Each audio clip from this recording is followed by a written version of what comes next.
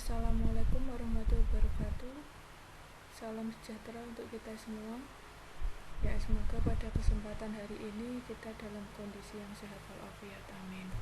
Oke, pada pertemuan sebelumnya kita sudah belajar tentang menghitung berat seismik efektif atau nilai W. Hari ini kita akan belajar tentang distribusi vertikal gaya gempa. Sebelum kita menghitung distribusi vertikal gaya gempa, terlebih dahulu kita harus tahu besar gaya geser dasarnya atau nilai V-nya. Jadi gaya geser dasar diperoleh dengan perkalian koefisien respons seismik atau nilai CS dengan berat seismik efektif atau W. Nah, jadi nilai gaya geser dasar didapat dengan mengalihkan CS dengan W. CS dan W ini sudah kita pelajari pada pertemuan sebelumnya ya, bagaimana cara menentukan koefisien respons seismik dan bagaimana cara kita menghitung berat seismik efektif suatu struktur bangunan. Setelah kita menghitung gaya geser dasar, barulah kita bisa menghitung distribusi vertikal gaya gempa. Gaya gempa lateral atau nilai Fx ini timbul di setiap tingkat. Jadi misalnya bangunan kita 7 lantai. Nah, jadi setiap lantai ini kita harus hitung nilai gaya gempa lateralnya atau nilai Fx-nya. Di mana Fx dirumuskan Cvx dikali dengan nilai V. Nilai V-nya tadi di awal adalah dengan mengalihkan koefisien respons seismik CS dikali dengan W. Lalu bagaimana cara menghitung CVX? Nah, untuk menghitung CVX rumusnya WX dikali HX pangkat K dibagi dengan kumulatif nilai WI kali H pangkat K. W di sini adalah berat seismik efektif, sedangkan H adalah ketinggian tiap lantai, sedangkan K adalah eksponen yang terkait dengan periode struktur. Nah, nilai K ini untuk struktur yang mempunyai periode sebesar 0,5 detik atau kurang, K-nya ditetapkan 1. Untuk struktur yang mempunyai periode sebesar 2,5 detik atau lebih, K-nya ditetapkan 2. Sedangkan untuk struktur yang mempunyai periode antara 0,5 dan 2,5 detik, K harus sebesar-besar atau harus ditentukan dengan interpolasi linear antara nilai 1 dan 2. Jadi kalau nilainya di antara 0,5 dan 2,5, kita harus menghitungnya dengan menggunakan interpolasi linear ya.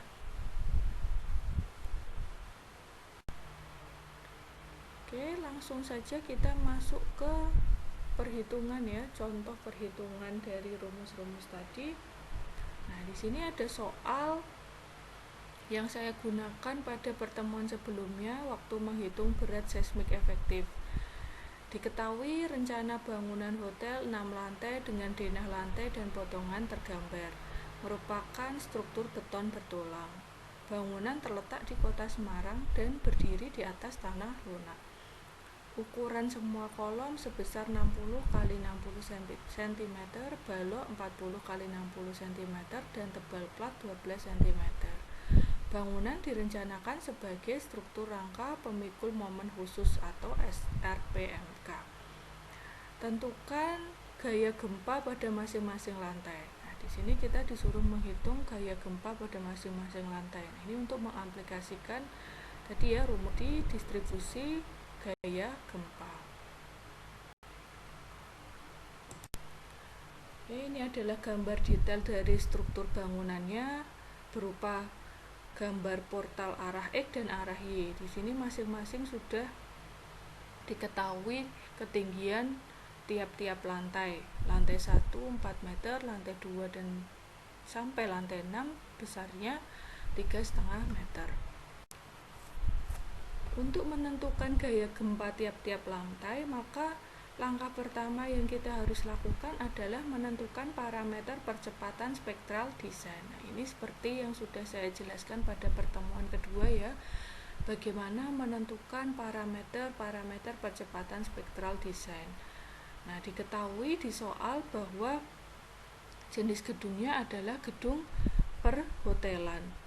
Nah, di tabel 1 kategori risiko bangunan gedung perhotelan termasuk kategori risiko 2. Nah, selanjutnya untuk faktor keutamaan gempa. Nah, faktor keutamaan gempa karena dia kategori resikonya 2, maka faktor keutamaan gempa untuk bangunan perhotelan besarnya 1. Nah, karena bangunan perhotelan tadi dibangun di Kota Semarang, maka kita harus melihat peta percepatan gempa Kota Semarang letaknya ada di mana. Nah, dari peta tersebut didapat bahwa parameter respon spektral percepatan gempa untuk periode pendek nilai SS-nya sebesar 1,001 G dan parameter respon spektral percepatan gempa untuk periode 1 detik atau S1 sama dengan 0,335 G. Nah, setelah itu kita cari koefisien situs FA dan FV-nya.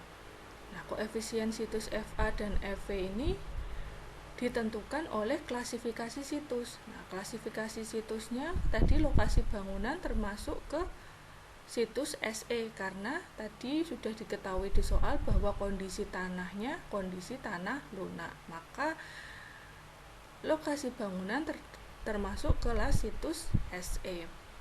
Nah, kalau misalnya di soal belum diketahui kondisi tanahnya tapi sudah ada nilai NSPT-nya, berarti kalian harus menghitung dulu NSPT itu termasuk klasifikasi tanah apa, tanah keras atau tanah lunak gitu. Nah, karena tadi ini di soal sudah diketahui bahwa dia kondisi tanahnya tanah lunak, maka kita bisa langsung menetapkan nilai kelas situsnya adalah SE. Oke, lanjut. Nilai FA untuk klasifikasi situs E adalah tadi SS-nya sebesar 1 ya, berarti klasifikasi situsnya E, SS-nya 1, nilainya berarti untuk FA adalah 0,9. Sedangkan untuk koefisien situs FV kita memakai interpolasi karena tadi nilai S1-nya 0,335. Nah, kita pakai interpolasi antara 0,3 dan 0,4, 2,8 dan 2,4. Nah, didapat nilai FV-nya sebesar 2,66. Oke, selanjutnya kita bisa menghitung parameter-parameter untuk percepatan spektral desain. Nilai SDS, SD1, SMS, dan SM1. Nah, nilai SMS ditentukan dengan rumus FA dikali SS. Tadi FA-nya 0,9, SS-nya 1,001 G. Jadi nilai SMS-nya 0,901 G. Selanjutnya nilai SM1 ditentukan dengan rumus FV dikali S1. FV-nya tadi 2,66 dikali 0,335 G.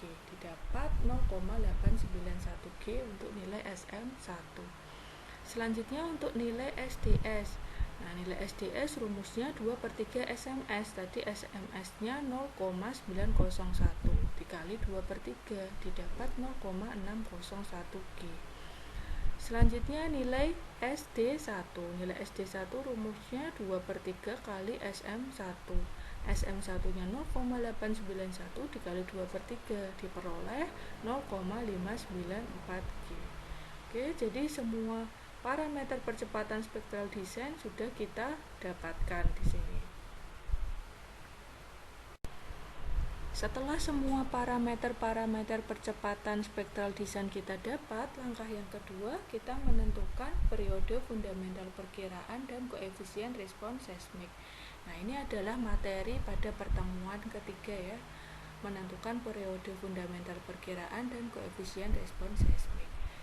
Nah, bagaimana cara menentukan periode fundamental perkiraan? Rumusnya adalah TA sama dengan CT dikali CT dikali HN pangkat X, di mana nilai CT dan X-nya ini sudah diketahui atau ditentukan dalam tabel 15 nilai parameter periode pendekatan CT dan X. Karena tadi bentuk strukturnya adalah rangka beton, nah, jadi nilai CT dan X-nya adalah untuk CT-nya 0,0466 sedangkan X-nya 0,9. Nah, sedangkan H ini adalah ketinggian struktur. Jadi ketinggian struktur tadi di soal kalian jumlahkan semua, didapat jumlah atau total tinggi struktur sebesar 21,5. Jadi nilai TA sama dengan CT-nya 0,0466 dikali H-nya 21,5 pangkat X-nya tadi 0,9. Nilai TA diperoleh sebesar 0,737 detik. Nah, jadi periode fundamental perkiraan sama dengan periode fundamental struktur. Nilai T sama dengan TA. Jadi nilai TX dan TY sebesar 0,737 detik.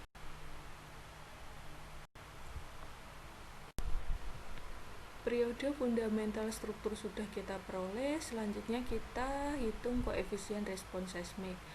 Nah, rumus untuk mencari koefisien respons seismik adalah CS. Nah, CS sama dengan SDS per R per IE. SDS tadi waktu di awal, waktu perhitungan parameter percepatan spektral design sudah diketahui besarnya 0,601.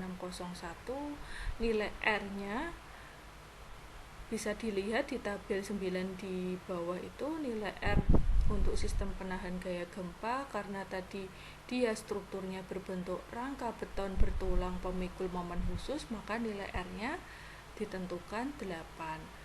IE ini adalah tadi faktor keutamaan gempa ya, nilainya 1. Jadi nilai CS-nya didapat 0,075. Lalu kita hitung CS maksimum. CS mak rumusnya SD1 per T dikali R per IE. SD1 juga kita sudah hitung tadi di parameter percepatan spektral design besarnya 0,594 dibagi dengan T-nya juga tadi sudah hitung, periode fundamental strukturnya 0,737, R-nya 8, IE-nya 1. Didapat CS max sebesar 0,1. Selanjutnya kita hitung CS min. Nah, CS min rumusnya 0,044 SDS dikali IE besar sama dengan 0,01. SDS-nya tadi 0,601 dikalikan dengan IE-nya 1 dikali 0,044 didapat 0,0264 lebih besar dari 0,01.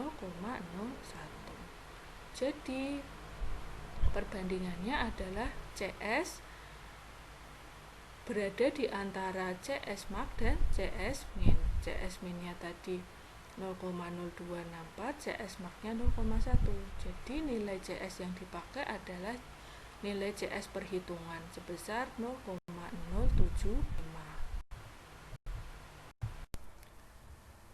Langkah pertama tadi menentukan parameter spektral design sudah. Langkah kedua menentukan periode fundamental struktur dan koefisien respons seismik sudah. Langkah ketiga adalah menentukan berat seismik efektif atau W.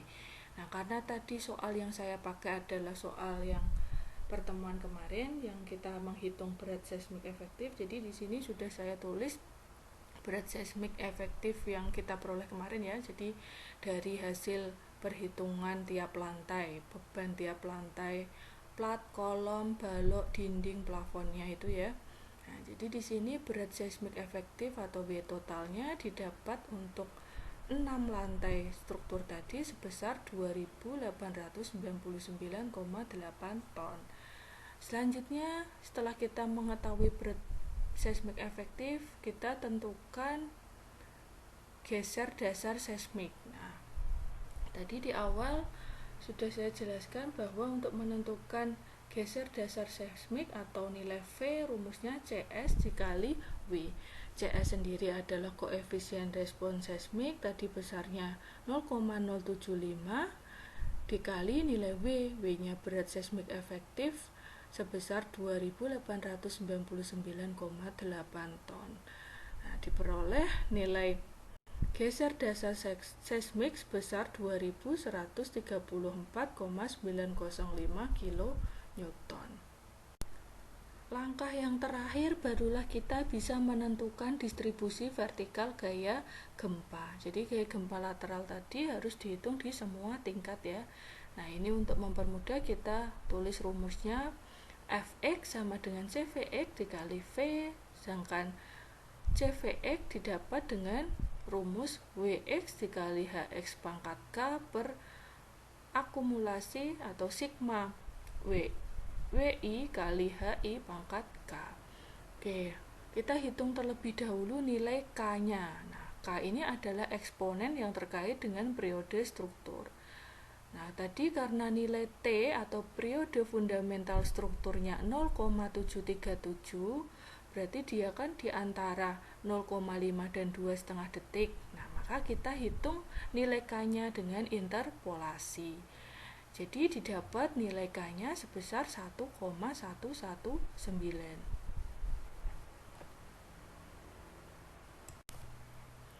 Setelah nilai K-nya kita dapatkan, maka kita bisa menghitung distribusi gaya gempa tiap lantai.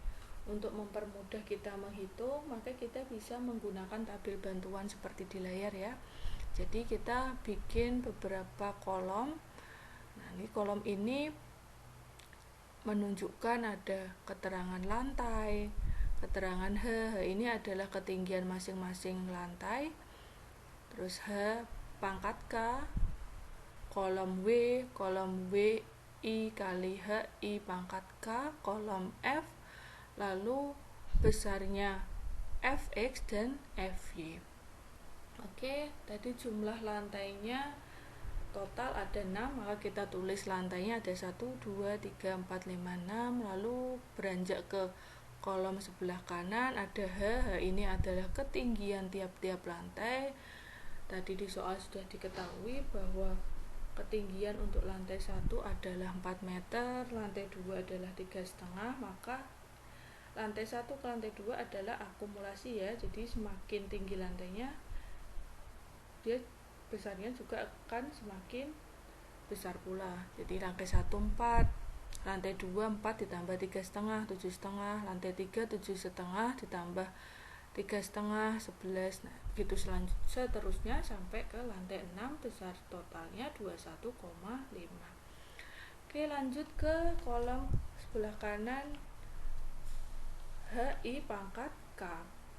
Nah, tadi H-nya 21,5, K-nya tadi sudah dihitung diperoleh 1,119. Berarti 21,5 dipangkatkan 1,119 diperoleh 30,974. Lanjutnya menghitung WI. Nah, WI ini adalah berat efektif seismik pada tiap-tiap lantai ya. Jadi berat efektif seismik tiap-tiap lantai yang kita hitung kemarin dalam kilogram. Nah, kita jadikan ke kilo Newton. Nah, caranya kemarin di lantai 6 beratnya sebesar 363.321 kg. Lalu dikalikan, untuk mengubahnya dari kilogram ke kilo Newton maka harus dikalikan 0,0098. Jadi 363.321 dikali 0,0098 diperoleh 3.560,55 kilo Newton. Oke, lanjut ke WI dikali HI pangkat K. Jadi WI-nya 3.560,55 dikalikan dengan HI pangkat K 30,974 didapat 110.284,7. Oke, lanjut ke perhitungan F. Nah, tadi di awal gaya gempa lateral atau Fx rumusnya Cvx dikali dengan V. Nah, Cvx-nya rumusnya W kali H pangkat K per sigma Wi kali Hi pangkat K. Nah, kita jumlahkan terlebih dahulu. WI kali HIK, sigma WI kali HI pangkat K, besarnya 477.449,3. Jadi kita hitung nilai gaya lateral atau Fx-nya. Nah, rumus Fx C kali V. Nah, jadi Fx-nya di sini berarti didapat dengan nilai 110.284,7 dibagi sigmanya 449,3 dikali nilai V-nya. Tadi di awal nilai V-nya adalah 2134,905.